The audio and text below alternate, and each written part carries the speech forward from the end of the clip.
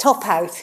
The companies get smaller and smaller. TopOut is a 2-person company run by Ted Atkins, who's a mountaineer, ex-RAF, adventurer, and he's got a simple, good idea. And he came to us. He came to us because of our reputation, our understanding of respiratory mechanics, and the fact that we have a physics lab and experts. So he's come with this oxygen delivery system, and we can improve on it for him. It does work. It helps people go to the top of Everest. There have been no deaths since using this system.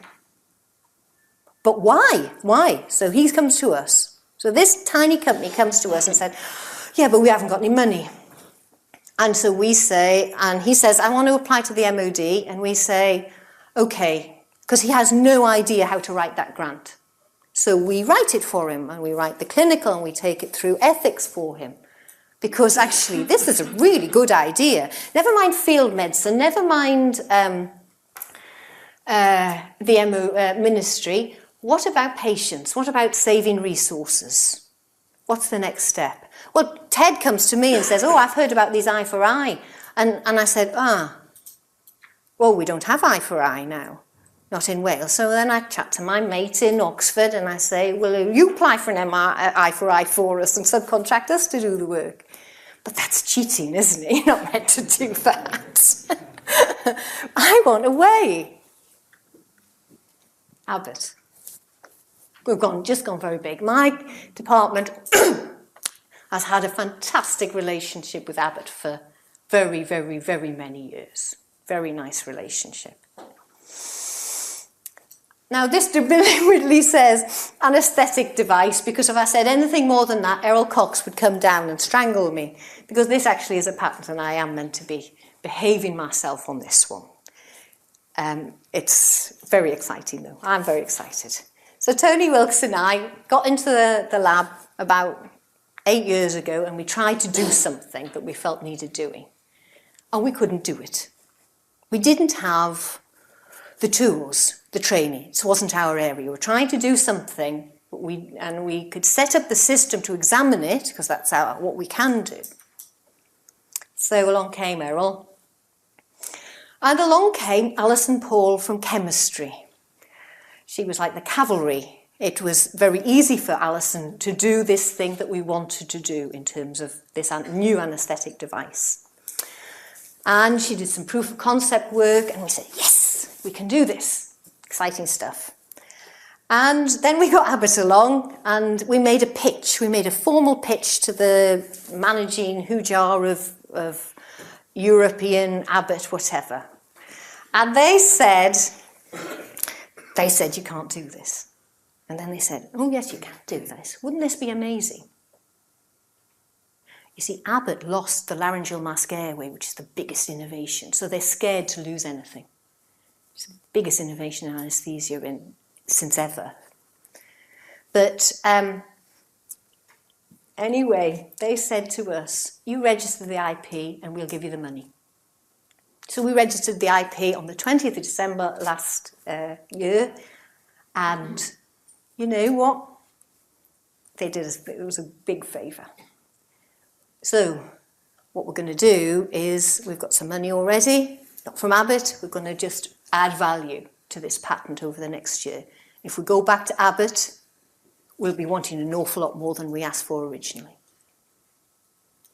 So I have learnt something since the days of Cry-Coy joke, haven't I? Flexicare, and this is really problem solving from the sharp end. This is a very sad case. Wayne Jowett, a very famous case, a boy of 18 who died having vincristine injected into his spinal cord, and a very, very sad and horrible death. And it's a problem. It's a medical problem. As a doctor, you want to do something to make that better. And actually, as human beings, we do. We want that to be better, don't we? That's a tragedy. Also a tragedy for the doctor who actually just made a mistake. And this is a single example of wrong route injection. And it's not common. But wrong route injection, is big news, and overall, it's not uncommon.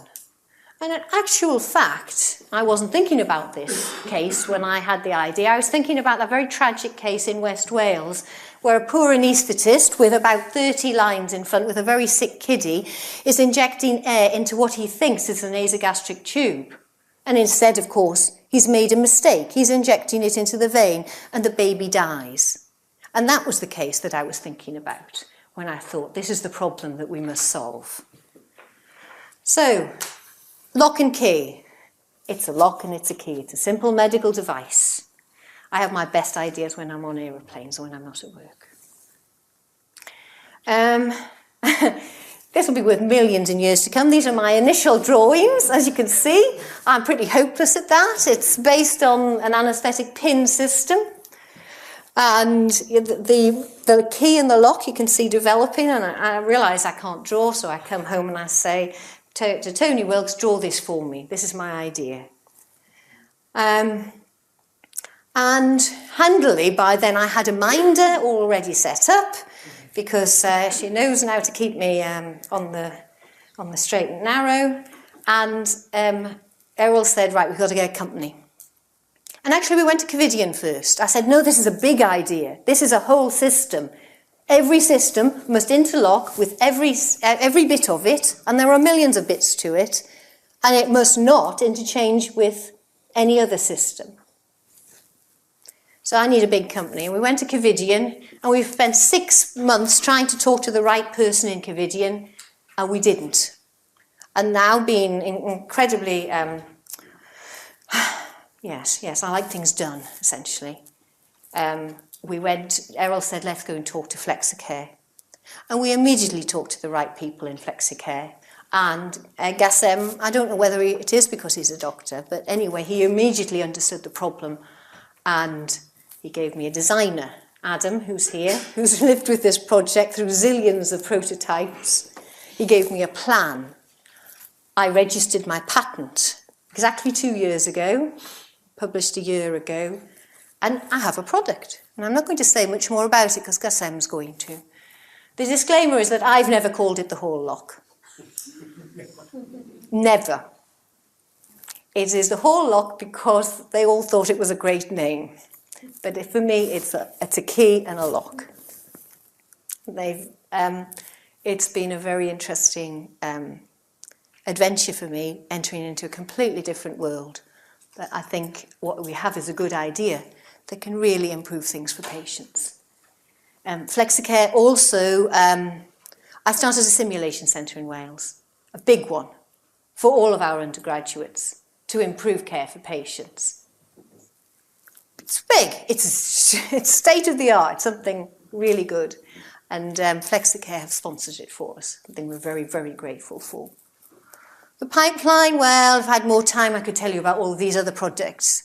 But I just want to say, before I hand over to Gassem, is that I think part of the reason I'm successful is that I may be a bit quirky, but I am still a doctor. I have a fantastic team. The team is better than I am. The team's fab. The team has fantastic energy. And part of that team, because RACD, Errol, everybody, they're part of that, has given me the right partners in industry at the right time. And we all, industry and academia, and clinicians, we all want to make things better for patients. And actually part of this interesting thing is because we don't understand business, well, I don't understand business one jot, is that I have no preconceptions. I think that I have an idea, I can make it will work because it's the best thing to do, and we better get on with it. That is probably incredibly naive, but so far it's got us somewhere. It's as long as my arm, my thank you list for this journey that I've taken, and includes Tony and Naomi and Claire and Alison and Gassem, and it's an interesting list because it's both from industry, from different from anaesthesia, from chemistry, from bioscience, and I'm going to Thank you very much for listening, and hand over to Gaseb.